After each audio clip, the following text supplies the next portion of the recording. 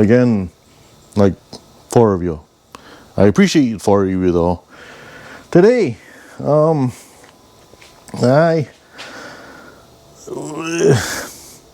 mill. Yeah, I got this mill. You're probably not going to believe it. For free. It was actually a local, what do you call them? Company, factory, business, one of those things. Stuck it out in the parking lot, and then they didn't need it anymore because what they were doing was different than they didn't need a mill. And I was actually going there for something else, and I noticed it, and I asked the owner about it, and he said, "Yep, yeah, bring a trailer." So that's what I did. I brought a trailer, and it sat over one winter outside, so it was covered in snow and stuff. When I got it, everything had like that brown surface rust-ish stuff on it.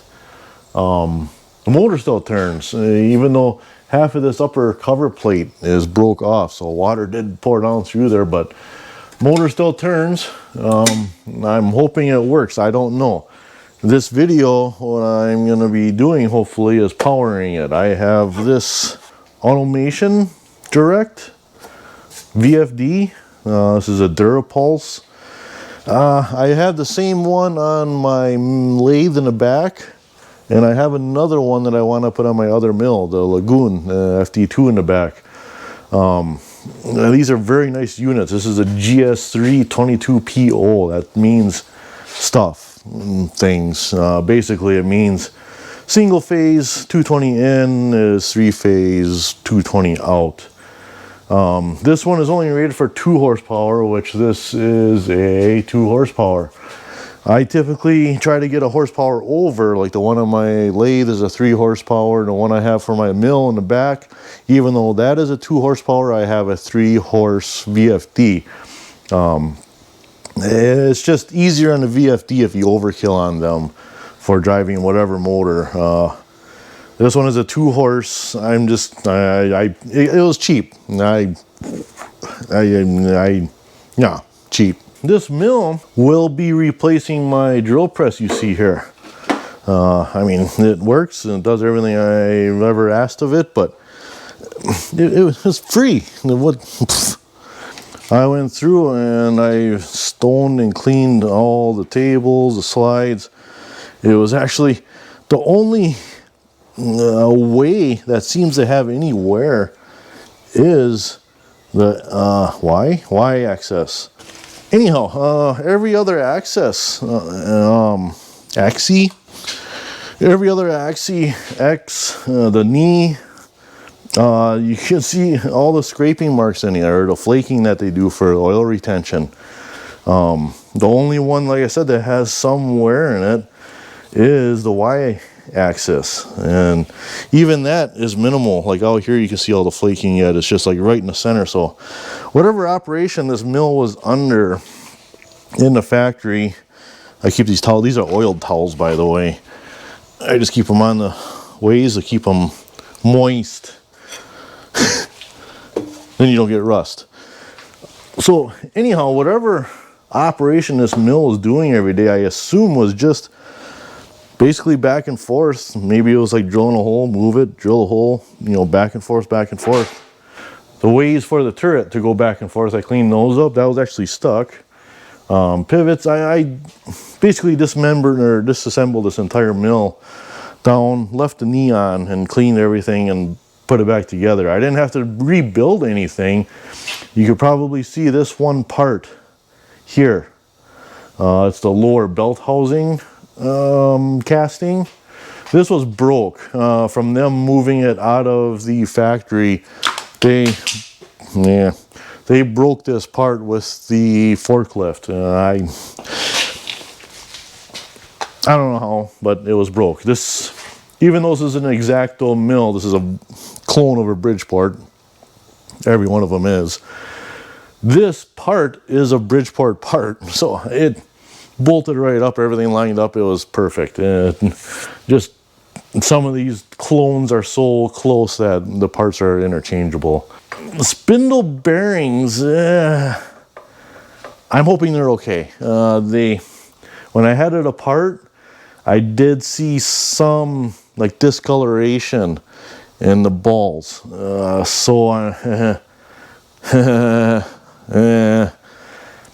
This is gonna be my, like, I don't want to call it like my beater mill. It's the mill I'm gonna use for drilling holes. Like I said, it's replacing my drill press. So I'm just gonna be throwing parts in here, drilling a hole, probably using the power down feed. That is super nice for drilling holes, by the way. If you've never used power down feed or had a chance to, you set it all up, you pull the lever, it drills a hole for you. Super nice. And rough milling. If I got to do like a quick part where I don't need crucial tolerances and stuff like that, like I just want to throw a part in and make a slot or stuff. Maybe take a skim pass off of something, flatten it out, just something crude and quick. I'm gonna use this. Just throw the part in, use it. So spindle bearings, if they make some noise, if they have, I don't think they're going to have any run out, but if they're not perfect, I'm not worried about it. I'm not worried about a perfect surface finish and material or parts. Maybe someday I'll drop it out and change those bearings. It's actually pretty easy to drop these spindles out and get at the bearings. I need to power this mill. I've never actually heard it under power yet, and I've had this mill in my garage now for 2 years. Yeah, I've got stuff going on non-stop, and even though I should be working on somebody else's stuff, but you know, my stuff every now and then, just don't tell them. In order to get power on this, well, for one, I got to run wire from the breaker box, get a plug-in over here, and I need a box on the mill right here. I'm thinking. I need a box with a start, a stop. I have, and I think I'll put on an e-stop. I have an emergency stop, and I want a toggle for forward reverse. That's it. I do have a potentiometer dash pot that I can put in as well for cranking up and down the speed. And then I don't have to rely so much on the belts. I might put that in. I'm gonna see. Anyhow, so I need to build a box off of here. There's already a mounting plate on here. There was what was on here? Oh, there was a drum switch on the side of here. Forward, reverse. That was it. Just drum switch. So I want to build a small box off of here to house, like I said, start, stop, e-stop, and forward reverse, and possibly that dash pot. So enough babbling. I got this panel off of eBay for like $60, and it came with a start, a stop, the e-stop, and I said the potentiometer or dash pot. Came with power on switch and LEDs, and I still got 4 more switches. It actually has, you guys can see it has a stroke timer, so you can adjust how much time been in between strokes on something, or how many seconds between like activation of something stuff. Yeah, so that's neat. We need a box to house these. Start, stop, e-stop, and possibly the thing. Trying to keep the box as small as possible. Let me put the stop. How about that? I'm gonna put that above there. Then still need 4 reverse switch. I could be down here. Then the box won't be that big. So start, crank up and down your speed. Stop, start, stop. I think that's gonna be the idea. I think so. That's, yeah. I got an idea. I think I'm gonna do this all on the plasma cutter. That way I can make the box all one piece kind of, and just fold tabs in, weld on the sides, and just have it open in the back for getting at the wiring, and some kind of cover for the back. That shouldn't be hard, right? That's a nice distance apart, right? Yeah.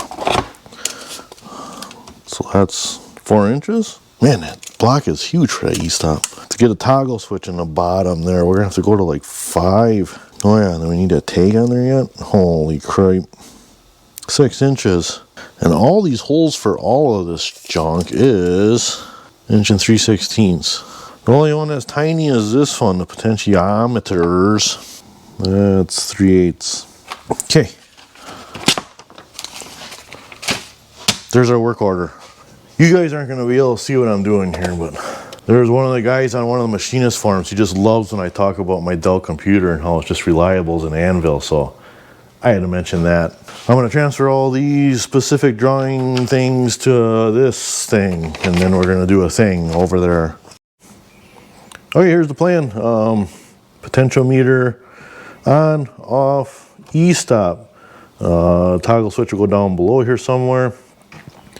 These wings are going to be bent in, so then this will be the front of the box, and this will be one side of the box, this will be other, top, bottom, when they're all folded in. And this spare little piece on the back, this will be the back. The back over here, the back, that's what I said, the back. I'll convert this to a cut path and throw a hunk of aluminum junk on here, and we'll see what happens. Test cut. Oh yeah, that's going to be good.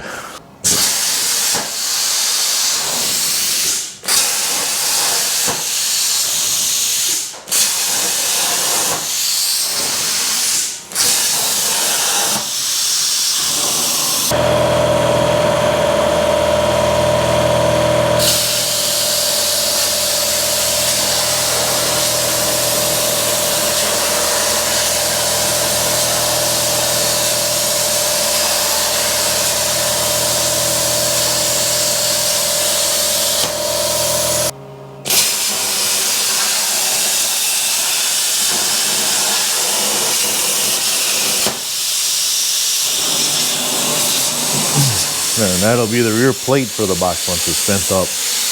Okay, we're over at the dake. I'll go with the small ones first. So we're just gonna bend these like that. Yeah. Bend that to 90.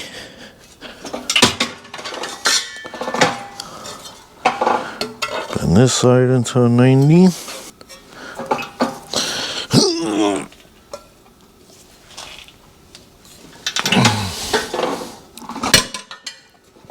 As you can see, the dies are too wide for that. So we gotta take that out. But this one. Oh. Apparently I don't have that screw to hold that down yet. That's all right. And this one fits inside. I think right there. Oh, that felt weird.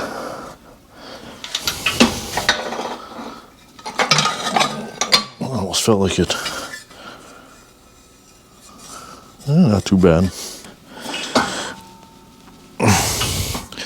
That lower die isn't lined up. There we go.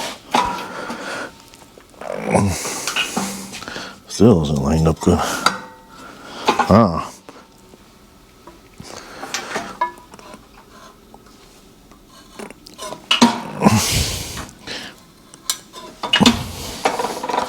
There. And now we have, well, this one got bent out a little bit, but see, I'll pull those in when I weld it. There's most of the box. All right, let's see how some of these things fit. I'm pretty certain these buttons are all going to fit side by side. What I'm most curious about is this E-stop fitting right. We're going to see if this fits in there good.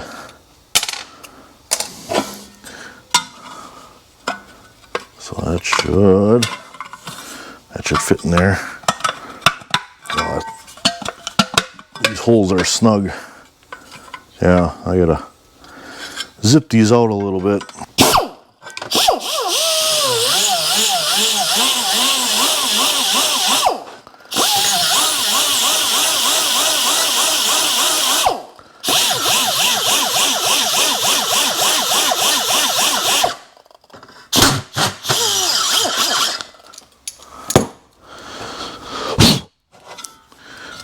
Fits in there now, yeah. Yeah, I don't think much at all. This one fit. Yep. Perfecto. And then the knob will be right there. So yeah, start, stop, speed adjustment, e-stop. And down here I'll have that toggle switch. Back, reverse, forward, or forward, reverse, forward, reverse, forward, reverse, forward, reverse. Yeah. So yeah, it's pretty compact. I'll hold this knob on here. You see the back side. Still decent room in between the switches and the back side here. And the switches in the wall have a little bit of clearance. It's going to be a little bit tight wiring some of this stuff up, but not too bad. I'm going to wire it and then put the switch in and screw it in, and that'll be nice. There's enough room, like I said, for the toggle down on the bottom there. And then here's that cover plate for the back. Squish this together and throw some welds on here. Oh yeah. No prep work whatsoever on this. It is straight from the plasma table to here, so don't blame me if this is crap.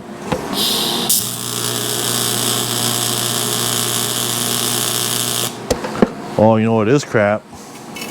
Dirty tungsten. Oh yeah. Okay. Let's give that a try.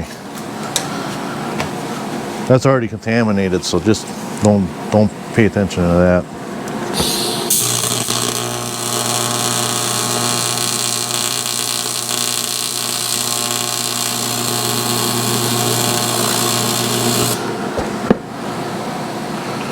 Corner tacked.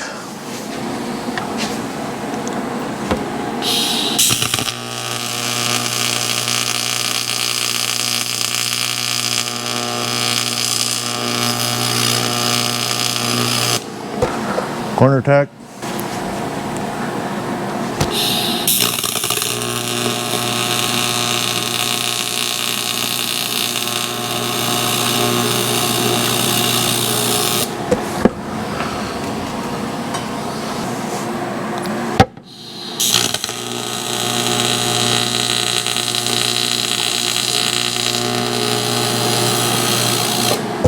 Let me throw some crappy welds on here.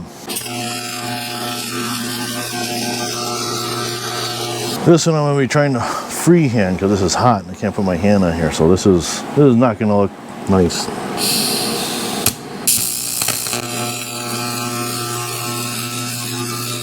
Good enough. Girls that hang out with us.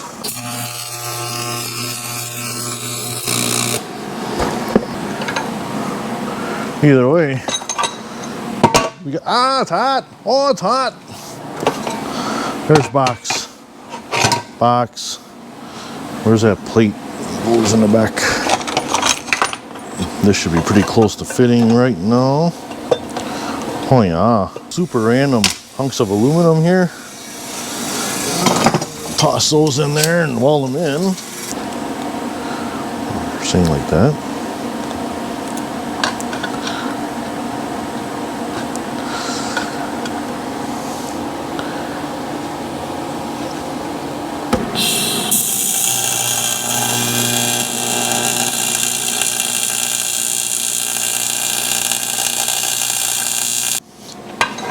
There's one tab, so I'm just gonna drill and tap a hole in there once I get this other one welded in too.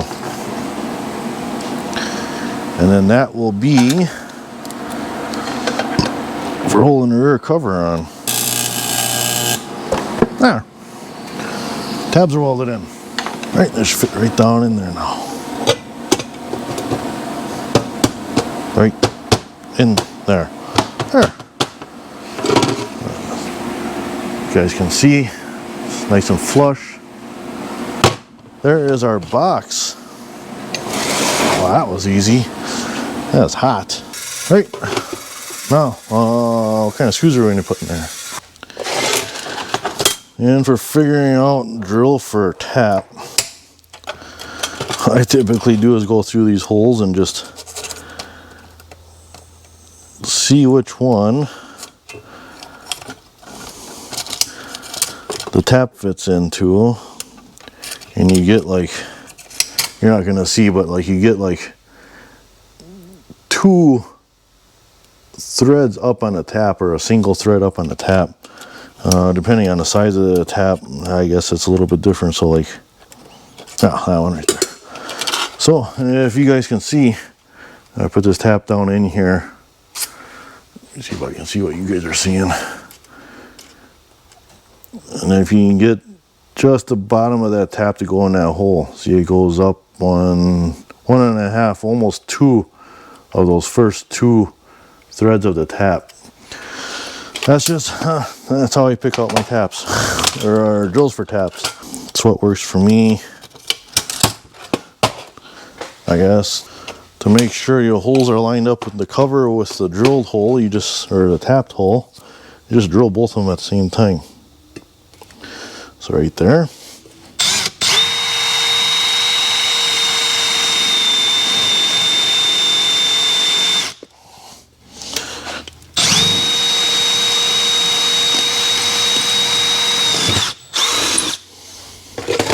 There's that one. That one. Then we find a drill bit that the screws can pass through, and you just make these holes bigger in the cover. Then now when you put the cover on, these holes should line up and you should be able to get your screw in. Let me deburr them. This is called a zero flute deburring, or yeah, well, I call it a deburring bit. Just, that's all it is. Well, a little bit more. Leaves a really nice finish on holes. I don't know if you guys can see that. Nice, shiny, perfect taper. I hope that comes out. That is super, super nice finish.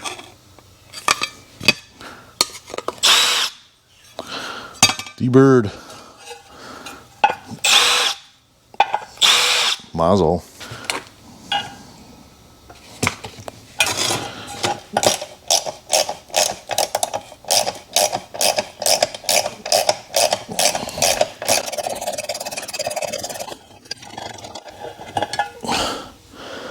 Tapped. There we go. 2 tapped holes. I think these should. Oh yeah. Nice. Here's that mounting plate that's already on here. You see it's drilled and tapped for all kinds of screws everywhere. I'm going to put that box up here and see up and down. I assume I'm not going to be able to get in this side of the belts anymore. Maybe. I guess if I drop that down far enough and it doesn't interfere with the feed speed here. I'll grab it and see.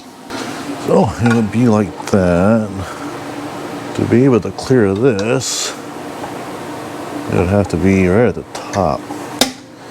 And that doesn't, yeah, I don't like that. That doesn't give you quite enough room underneath here. So we're gonna have to go up, drop this down where I'm able to get this door open and play with belts yet. That's flush at the top. You guys can't see, but the control, well, I could still get at it. It's just, well, maybe that's not bad. Change feed control too often. That's for the power down feed. There's 3 positions. There is a door on the other side for the belts, but it would be nice to be able to get in both sides just in case. I like that.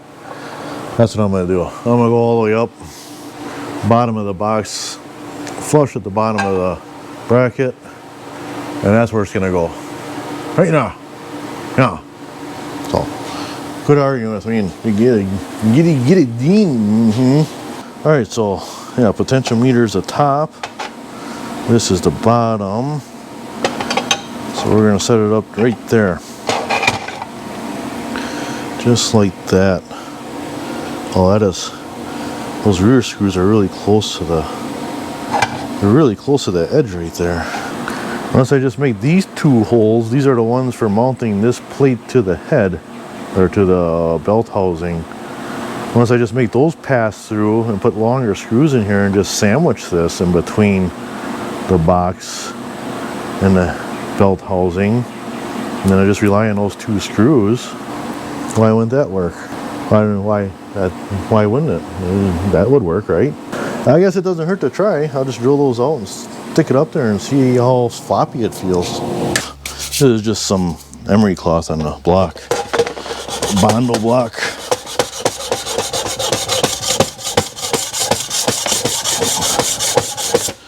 Just to give it a something. Oh yeah, that means I gotta get to like the back side of the mill here. Well, I think that's gonna be pretty nice once it's all in. Oh yeah, that's pretty solid. I like that. Yeah, that's pretty nice. This is the gap I was talking about earlier with this. The top of this box dropped down flush with the top of this. There was like 3/8 of an inch in here, and it was just hard to get in to change speeds here for the power down feed. So this is more like almost eye level. This is a nice level for start and stop and whatnot's there. I like that. I will have to, if I need to get in here, obviously I'll have to cut this one tab off in the front of this cover, but that's okay. That box kind of acts like a bit of a cover now too, so. All right, let me throw some buttons in there and we'll see what it looks like. There we go. I think that looks pretty nice. Yeah. Like I said, it's a nice height, on, off, speed, e-stop. Yeah, I think that'll work out pretty well. Yeah, I mean, that didn't take super long. I'm gonna see how editing goes. I'm probably gonna bring, well, obviously I'm gonna break this up into parts anyhow, because wiring in that box and everything, that's a whole nother spiel. But yeah, I gotta go to the store and get a toggle to put in here, and then I just gotta run a wire. And this is all low voltage. I think it's all 5 volts that this works off of, or even 10. I mean, it's hardly anything. So just small wire off these buttons and stuff are going to go to the VFD box that's going to be back on the wall back here somewhere. And yeah, the VFD does all the controlling in there. This is just signals to the box. So I'll figure out something for a wire. I got to see how many signals I need. On my lathe, I actually got it down to like only like 3 wires or something going to that box, because there isn't much needed. I'll see how many I need and figure out a wire for that, because I don't want a bunch of wires. I like just like one nice wire going to the VFD. Fries are done. So I'll figure that out. I'm gonna get a toggle switch, and next video will be, I guess, yeah, getting that mounted and maybe wiring, and then maybe fire this mill up for the very first time. I'm excited. Like I said, I haven't heard this mill run yet. So thank you guys all for watching. Like and subscribe if you want to see more of this.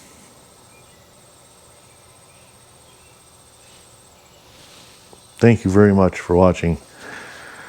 Have a good evening, morning, again, whenever you're watching this video.